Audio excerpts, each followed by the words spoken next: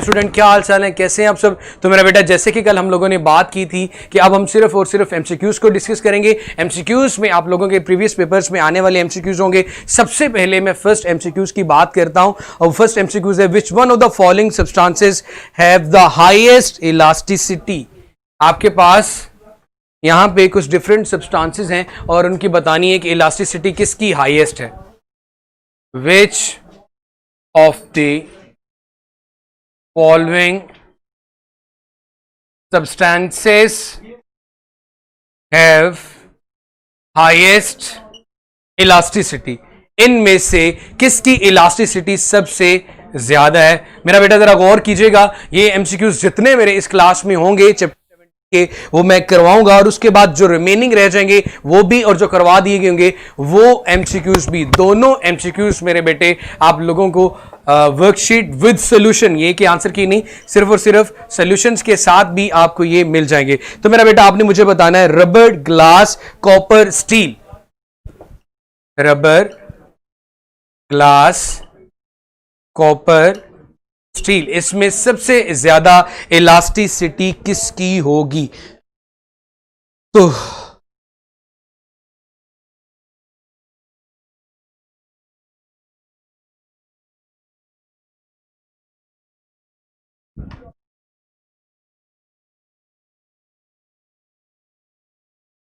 तो Young's modulus of steel is high. ठीक है मेरा बेटा, हमारे पास बेस्ट ऑप्शन बनेगा स्टील। इसके बाद दूसरे एमसीक्यूज के ऊपर मैं जाता हूं। मेरे सामने एक ग्राफ बना हुआ है मेरा बेटा, इस ग्राफ की बात करता हूं मैं आप लोगों के सामने।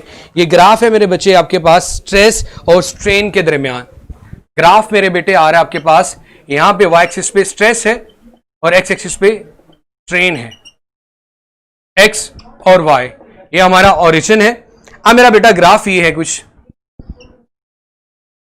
ठीक है जनाब। यहां पे पॉइंट ए है, ये पॉइंट बी है और ये पॉइंट मेरे पास सी है। मुझे आप लोगों ने ये चीज बतानी है कि आपके पास a graph is shown between stress and strain for a metal,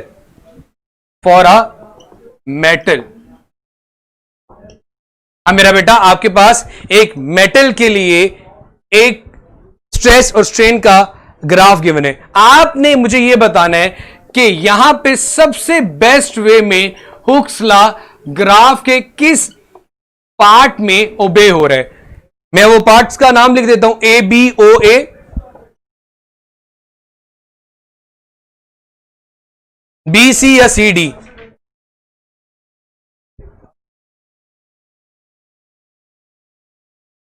आप मुझे ये बताएं किस पोर्शन में हुक्स लॉ कंप्लीटली ओबे कर रहा है या होल्ड कर रहा है।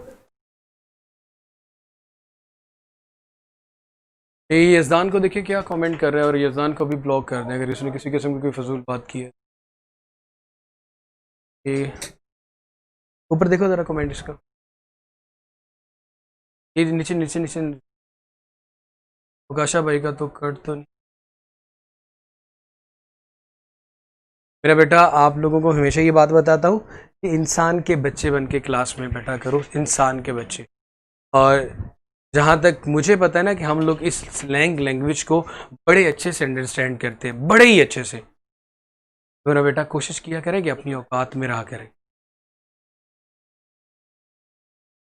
चले फिलहाल रहने दो, इसके बाद मेरा बेटा कोई भी अपनी औकात से बाहर आने की कोशिश ना करे। लास्ट 3 से 4 दिन रह गए, इसको अच्छे से आप फॉलो अप करें।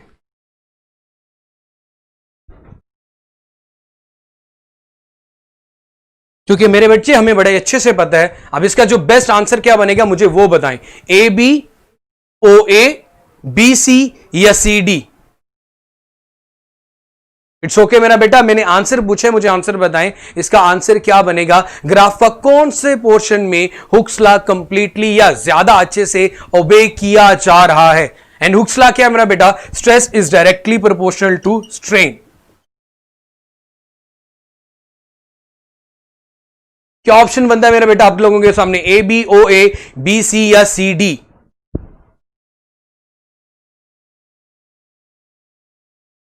ओ ए, जी बिल्कुल स्ट्रेट लाइन आ रही है तो ये आ गया आपके पास।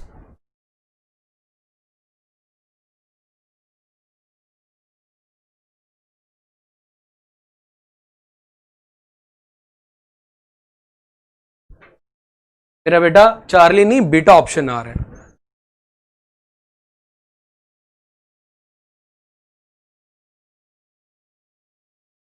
उसके बाद मेरा बेटा नेक्स्ट एमसीक्यूज में देखिएगा, to wires of same material and same length. To wires of same material, अब मुझे भी चाहिए, नहीं यार इसकी इंक भी कम हो गई, डस्टर भी नहीं है। हाँ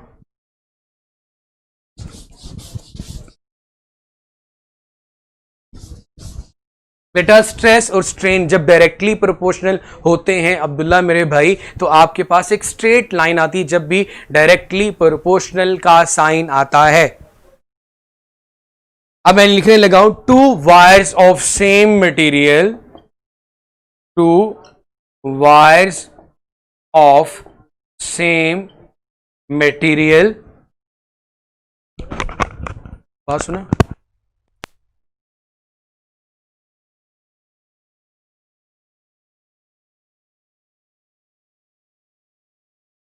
two wires of same material of different, two wires of same material and same length, two wires of same material and same length, but diameters in the ratio,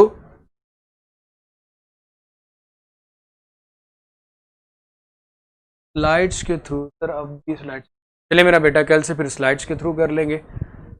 the wires of the same material and same length but diameters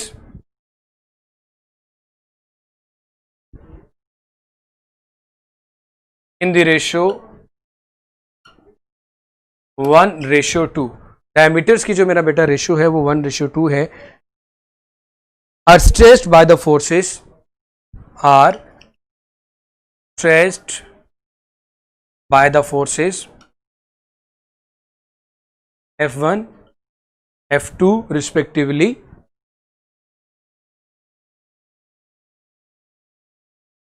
ये मेरा बेटा अब हमारे पास ये है, to produce inequal energy the ratio of F1 और F2 calculate करनी है। F1 और F2 की रेशियो कैलकुलेट करें मेरा बेटा। इसका सोल्यूशन हम लोगों ने देखना है, वो ये है मेरे बच्चे कि हमें कैलकुलेट करना है फोर्स के अंदर F1 और F2 की रेशियो। हम लोगों ने मेरे बेटा यंग्स मॉडुलस का फॉर्मूला पढ़ा हुआ है, Y is equal to stress over tensile strain F over A divided by delta L over L। जी मेरा बेटा, और इंशाल्लाह ये सैटरडे तक इसको कंप्लीट करते हैं, डेल्टा L ओवर L। अब अगर यहां से मुझे F कैलकुलेट करना हो इस फॉर्मूले से, तो मैं सिंप्लीफाई करूंगा, इधर आके बेटा मल्टीप्लाई होगा तो ये आएगा Y, ये भी इधर आके मल्टीप्लाई हो जाएगा, L ओवर डेल्टा L आ जाएगा मेरा बेटा आपके पास, delta L over L।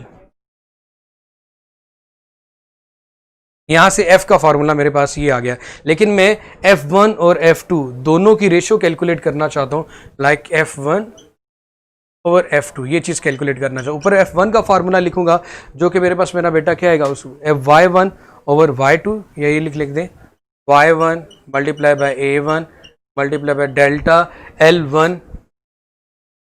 Over L1, delta L1 over L1। इसी तरह मेरा बेटा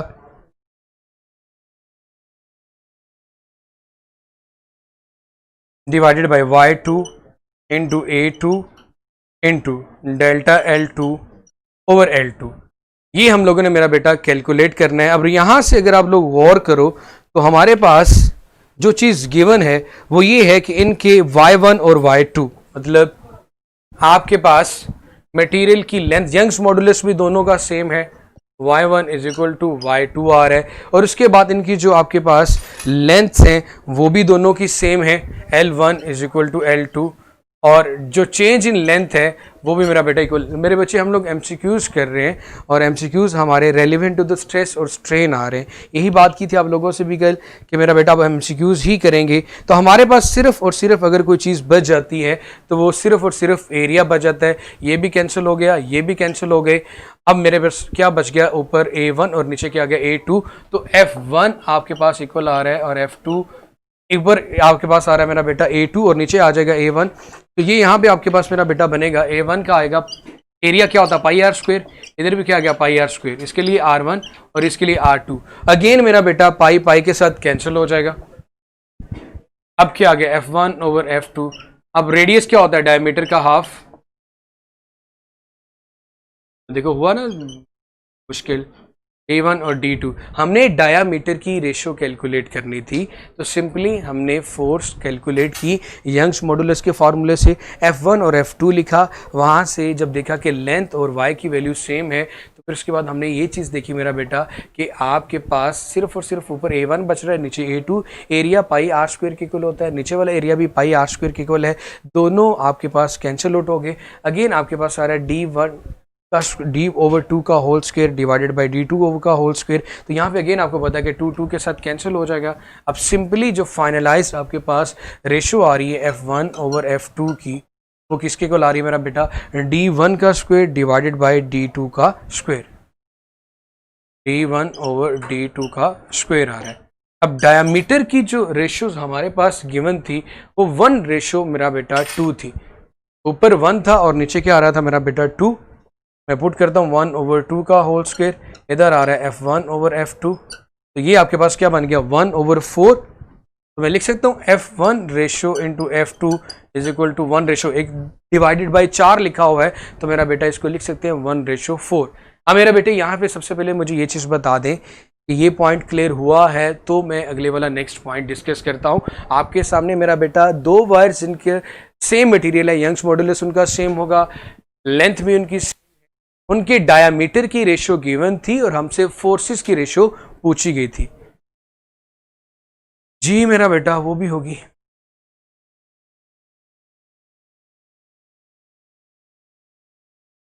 इज इट क्लियर बेटा, F1 ओवर F2 जो कि हमारे पास इक्वल आ रहा है मेरा बेटा 1 ओवर 4, या लिख सकते हैं F1 ratio F2 is equal to 1 ratio 4। और चेक करो, नहीं वो पेन आगे से नहीं खराब।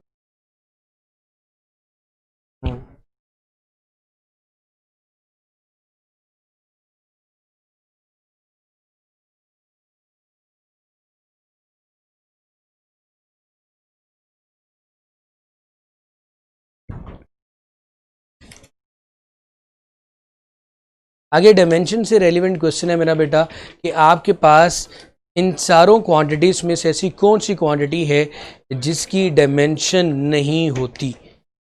सो आपने आंसर मुझे बताना है। ये तो बहुत लंबा प्रोसेस है मेरा बेटा, आप सिंपली ये चीज़ याद रखें कि अगर लेंथ सेम होती है और आपके पास यंग्स मॉडुलस सेम है, तो डायरेक्टली आप लिख लें मेरा बेटा D1 और D2 का होल स्क्वायर। अब मैं अगर नेक्स्ट स्टेप अगर फाइनलाइज फार्मूला लिख देता तो आप लोग पूछे कि सर ये फार्मूला कैसे है, तो मैंने बेटा सिर्फ और सिर्फ आपको फार्मूला डिराइव करके बताया।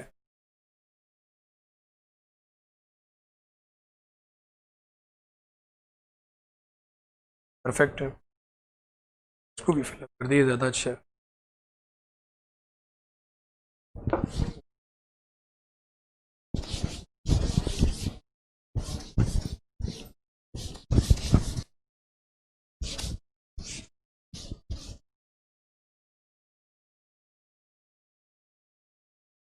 ओके जरा मुझे बताइएगा मेरा बेटा कि आपके पास ऐसी कौन सी क्वांटिटी जो force per unit area do not have the dimensions of force per unit area, ऐसी कौन सी क्वांटिटी है which of the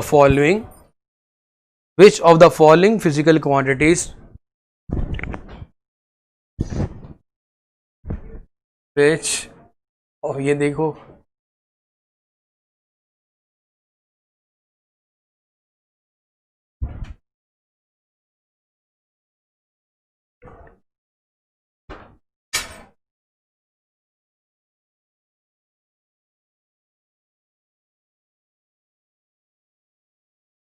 which of the following physical quantities don't have the dimensions of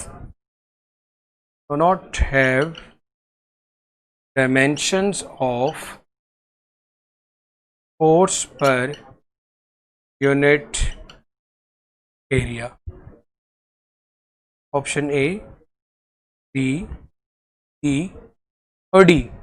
option A जनाब आपके पास stress, option B है आपके पास strain. Stress strain दोनों में फोर्स पर यूनिट एरिया आ रहा है। आप यंग्स मॉडुलस की बात करें तो यंग्स मॉडुलस भी आपके पास आ गया मेरा बेटा।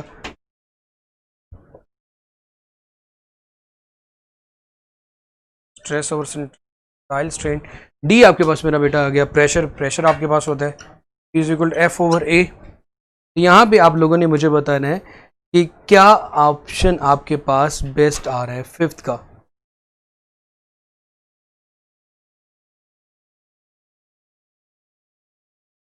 जी क्या आंसर आएगा बेटा जनाब आपके पास? Stress, strain, Young's modulus, pressure, ऐसा कौन सी क्वांटिटी है जिसमें force per unit area dimension नहीं है?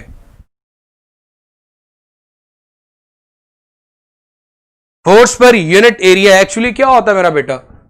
ये force per unit area dimension क्या आती है इसकी? फोर्स के लिए क्या आती है मेरा बेटा? M L T minus two. Area के लिए क्या आती है मेरा बेटा? L square, length into length. तो सिंपली जो इसकी डायमेंशन बनती है एम एल माइनस वन, और वो मेरा बेटा आपके पास आ जाती है टी माइनस टू। नहीं मेरा बेटा आप लोग गलत फरमा रहे हैं, डी ऑप्शन बिल्कुल भी नहीं है।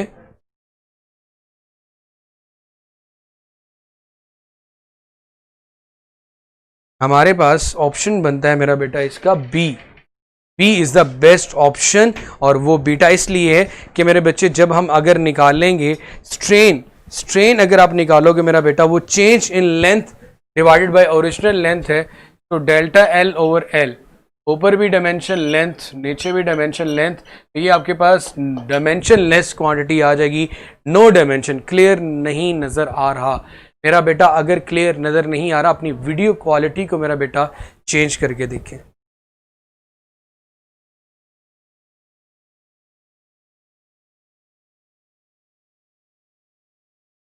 Again, next question है मेरा बेटा, if the wire is stretched to 4 times of its length, then strain will be। अगर किसी वायर को 4 टाइम्स उसकी ओरिजिनल लेंथ से इंक्रीज किया जाए तो स्ट्रेन की वैल्यू क्या होगी? स्ट्रेन क्या होती है मेरा बेटा? Change in length divided by original length. Change in length divided by original length. आप स्ट्रेन कैलकुलेट करके बताएं। तो अगेन वही फॉर्मूला मेरा बेटा, delta L over L. Question में ये चीज बताई है कि आपने जो चेंज लाया है वो है कि अगर आपने if the wire is stretched to 4 times, if the wire is stretched to 4 times, तो यहां पे स्ट्रेन की वैल्यू क्या होगी? तो मेरे पास ओरिजिनल लेंथ मेरा बेटा सपोज आपके पास एल आ रही है, आपने क्या कर दिया उसको 4 टाइम्स इंक्रीज कर दिया। चेंज इन लेंथ क्या आएगा? फाइनल 4L थी, ओरिजिनल L थी, 4L माइनस L आएगा मेरा बेटा 3L। एल एल के साथ कैंसिल, तो आपके पास ट्रेन का आंसर क्या आएगा मेरा बेटा? फिर 3। ट्रेन का आंसर क्या आएगा? 3। नहीं मेरा पुत्र 16 टाइम्स कैसे होगी? स्ट्रेन कैलकुलेट करनी, पता नहीं की कैलकुलेट की थी जानते हो।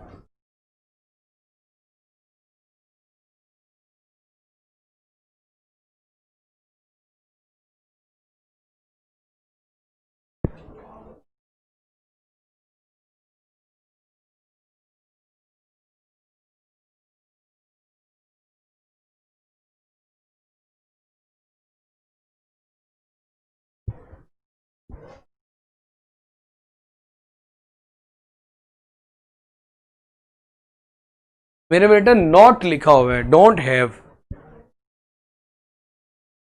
जी मेरे बेटे नेक्स्ट क्वेश्चन आप लोगों के सामने।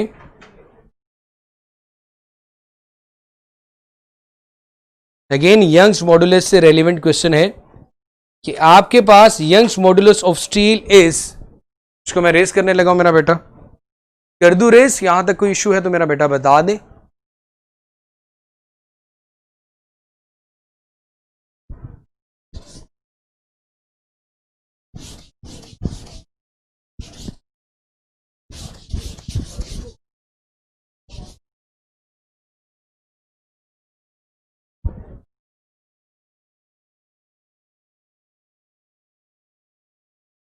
मेरा बेटा मैंने आपको ये कहा कि आपने स्ट्रेन कैलकुलेट करनी है। स्ट्रेन होती है change in length divided by original length.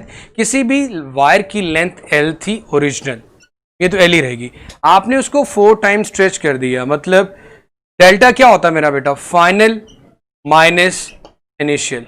आपने ओरिजिनल का 4 टाइम्स कर दिया, मीन 4L कर दिया। ओरिजिनल क्या थी, L divided by original length, ये होती है मेरा आपके पास मेरा बेटा स्ट्रेन। 4L में से L को सब्ट्रैक्ट करेंगे, आएगा 3L डिवाइडेड बाय L, तो आपके पास स्ट्रेन का आंसर आ जाएगा मेरे बच्चे 3।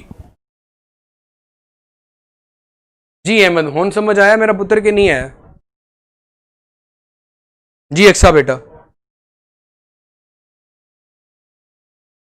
बेटे मैंने दोबारा रेस करके तो समझा दी है, अब ये पॉइंट क्लियर हुआ है तो बताएं, तो मैं नेक्स्ट न्यूमेरिकल नेक्स्ट जो एमसीक्यूज की बात करें।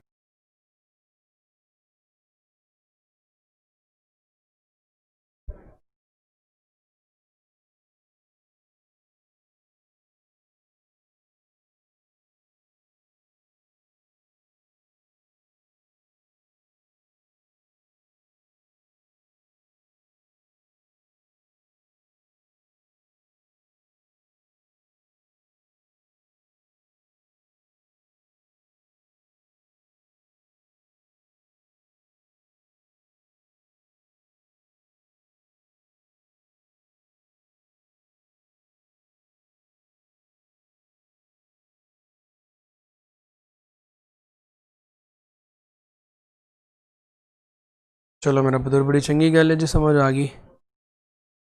चलो भाई अगला करने।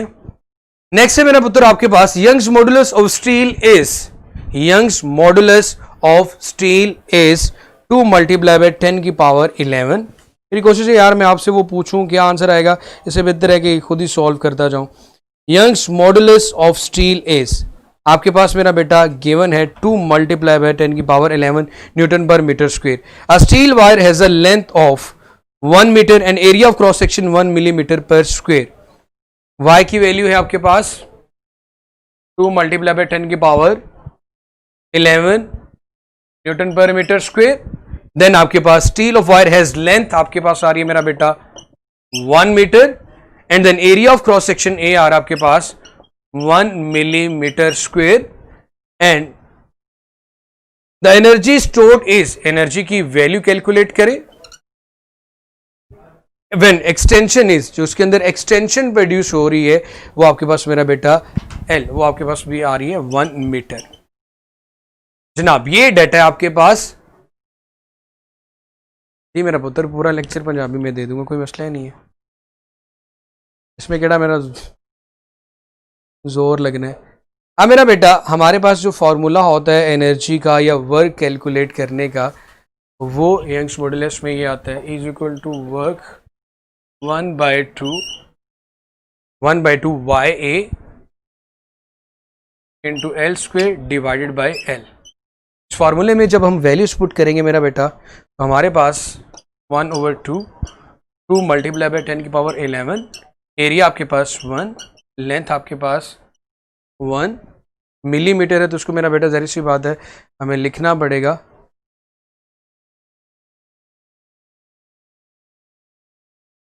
मिलीमीटर स्क्वायर है, तो कन्वर्ट करने के बाद हमारे पास जो इसका आंसर बनेगा वो बनेगा 0.1 जूल।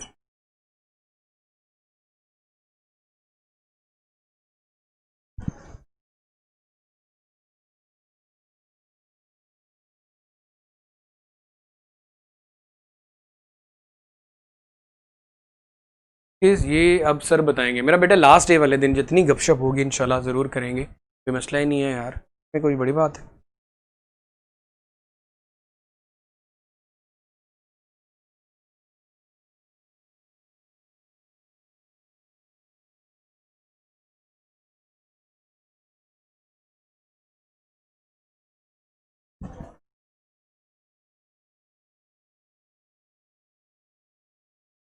उसके बाद मेरा बेटा आपके पास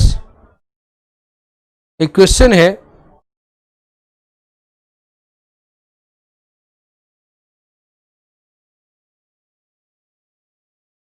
when a strain is produced, when a strain is produced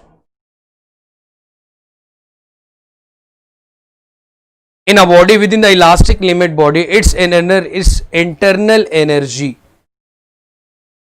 क्या होगी मेरा बेटा? इंक्रीज करेगी, डिक्रीज करेगी, सेम रहेगी, क्या फर्क पड़ेगा? जब एक बॉडी के अंदर स्ट्रेन प्रोड्यूस किया जाए with in the elastic limit body. इन्हें पंजाबी नहीं बोलता, ये किस जुबान में लिखा हुआ, किस किताब में लिखा हुआ है, बताओ भाई।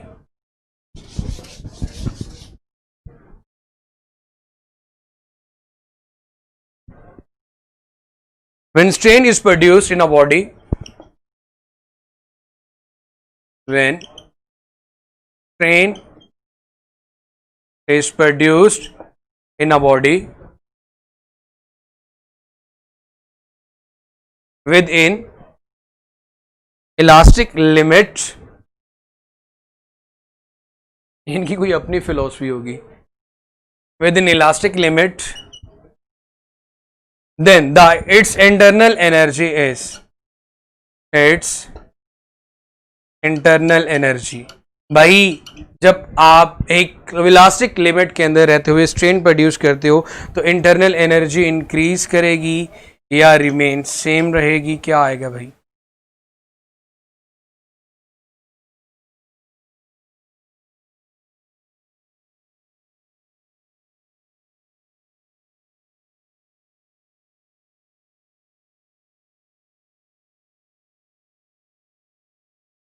नहीं, बोर्ड मार्कर चेंज कर।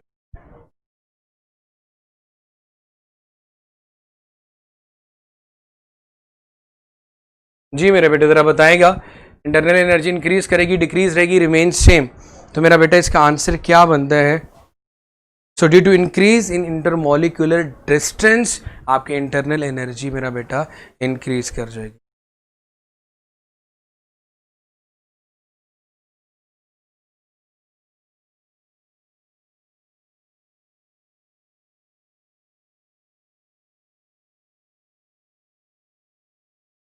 और इसके अलावा आप लोगों को पता, very weak magnetic fields are detected bye,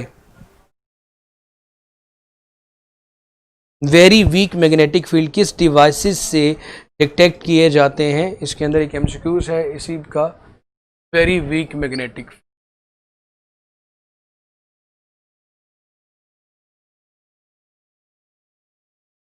options में लिखा हुआ है मेरा बेटा आपके पास यहां पे, स्क्वेड्स, मैग्नेटिक रेजोनेंस इमेजिंग एमआरआई,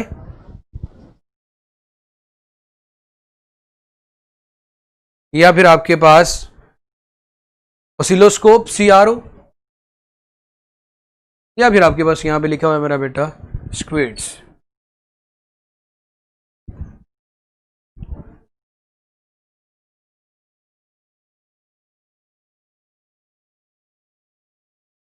नहीं मेरा पुत्र, मैंने तो कभी माइंड नहीं किया यार,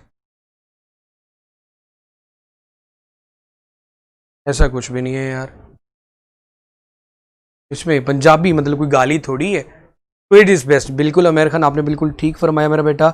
और superconducting quantum interference devices होती हैं which are used to detect very weak magnetic field such as produced by the brain. Even के ह्यूमन ब्रेन से भी जो मैग्नेटिक फील्ड प्रोड्यूस होता है उसको भी ये डिटेक्ट कर लेते हैं। तो SQUIDs is the best option to detect the very weak magnetic field. जी एक्सा बेटा ऐसे ही है, अगर सिर्फ एमसी और देखो मेरे बेटे, मैं कमेंट सब साथ साथ तो पढ़ते। रौनक, हाँ भाई, जब रौनक की खत्म होने वाली हो ना तो रौनक ज्यादा फील होती है। खैर इंजीनियर बन के यार, वो कहते हैं ना कि जैसे हर टीचर हमेशा लास्ट में एक ही डायलॉग बोलता है कि मेरा पुत्र कल को जब इंजीनियर बन जाओ ना तो सर को ना भूल जाना। हो सकता है किसी से कोई पुल शुल बनाना हो, कोई बिल्डिंग बनानी हो, कोई वॉशरूम कंस्ट्रक्ट करवाना हो, गड्डी ठीक करानी पै जाती है। खैर भूल तो जाते हैं, ये बात तो कंफर्म है, टीचर्स को कोई नहीं याद रखता,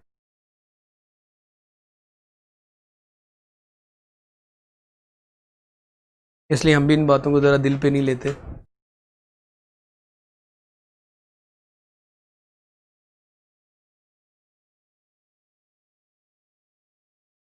उसके बाद मेरा बेटा आप मुझे ये चीज़ बता दें, the elastic limit for a gas क्या होती है? The elastic limit for a gas.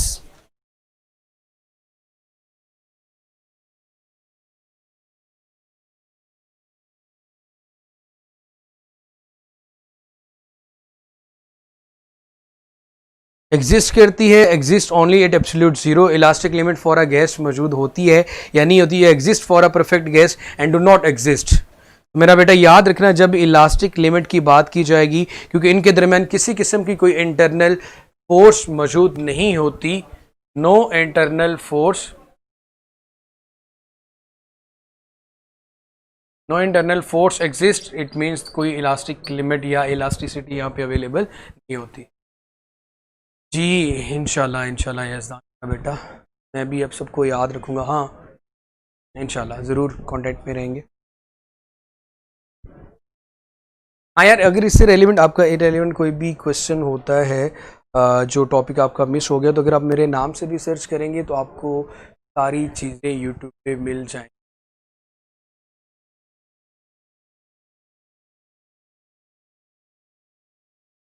चले मेरा बेटा, बहुत शुक्रिया। लाई जाने कोई मसला नहीं सर, बड़ी मेहरबानी भाई। उसके बाद मेरा बेटा आपके पास है the change in the shape of the regular body is due to, इसकी वजह से चेंज आता है? बल्क स्ट्रेन की वजह से, शेयर स्ट्रेन की वजह से, लॉन्गिट्यूडनल स्ट्रेन की वजह से, या मेटेलिक स्ट्रेन की वजह से? मेरा बेटा इस चैप्टर की कोई 60 MCQs हैं जो कि अभी मैं अपलोड भी करूंगा, ज़ाहिर सी बात है।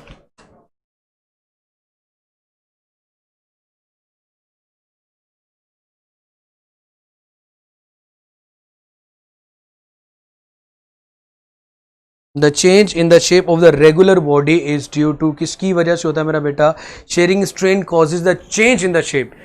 आपको बड़े ये चीज़ पता होना चाहिए कि शेप में चेंज शेयरिंग स्ट्रेन की वजह से आता है। जी मेरा बेटा, don't exist. Sharing strain causes the change in the shape of body। Lecture के एंड पे मेरे बेटे आप लोगों को इस चैप्टर से रेलिवेंट 60 MCQs मिल जाएंगे with solution, 50 MCQs with solution मिल जाएंगे, और उनको आप लोगों ने मेरा बेटा सॉल्व करना है। बैटरी लोगी सरसलानी इसको चेंज, ये याद रखेगी। क्यों पुत्र, इसका कोई